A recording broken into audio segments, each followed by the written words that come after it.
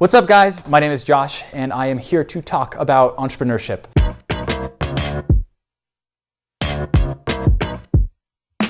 And specifically, failure within entrepreneurship. I have been an entrepreneur for the past 10 years, and in my odd decade of experience, I've had successes, but I've had way more failures than successes. I have noticed that there are a lot of resources on what to do as an entrepreneur, but nobody really talks about what not to do. You know, it's not a matter of if you're going to fail, it's when. A lot of entrepreneurship is just this sort of shitstorm that you're dealing with. And so I wanted to talk about at least my experience in various projects and companies and where I tripped up, where other people trip up, you know, just sort of the common patterns of crap that everybody goes through. So for this first video, I wanted to talk about the idea of treating your business as a hypothesis. And this comes from the idea that as a society, we attach a lot of emotion to business. You know, whether it's a store that was open for 20 years and suddenly closes, and that's a tragedy. Or maybe a friend of yours starts an Etsy store and can't find enough customers to keep it open, and so that's a tragedy.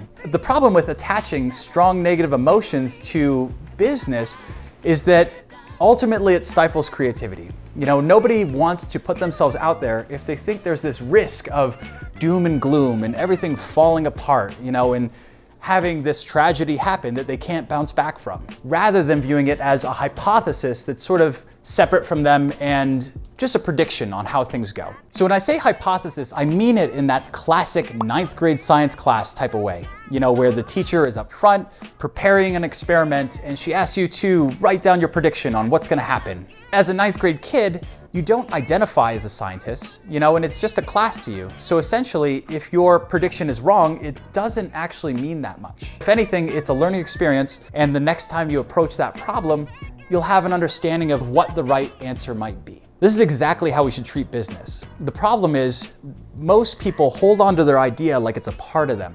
So when the idea starts to fail, it feels like they're failing as well. Whereas if it's a hypothesis, it's this impersonal prediction on how things are gonna go. So when the world sort of comes down on the idea, it's allowed to break apart and you can logically put pieces back in place.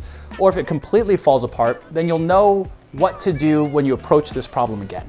So what this does is super valuable for the whole entrepreneurial process, and that is to keep things from becoming too precious. There are two major hazards that kill, I think, 90% of ideas. The first one being when the idea is so precious that you want to make sure the environment is safe before you put it out into the world. You want all the designs to be perfect, or you want to find the perfect business partner, or learn a little bit more about the industry before you set off to do this thing. And in the end, you know, the environment is never perfect. You know, so you never find that opportunity, you know, like the perfect circumstances to push this thing out into the world. The second major hazard is when you push this thing out into the world, but it's still precious, and so you feel like you have to guard it. So you're afraid of people not getting it, you know, so you only show your project or your invention to the people that are gonna understand it. You're afraid of getting rejected, and so you don't sell yourself or really put yourself out there, you know, like you sort of wait to be discovered by somebody else, you know, which never ends up happening. You know, or the third thing people will do is they're afraid of others changing their perfect idea because this is their gift to the world.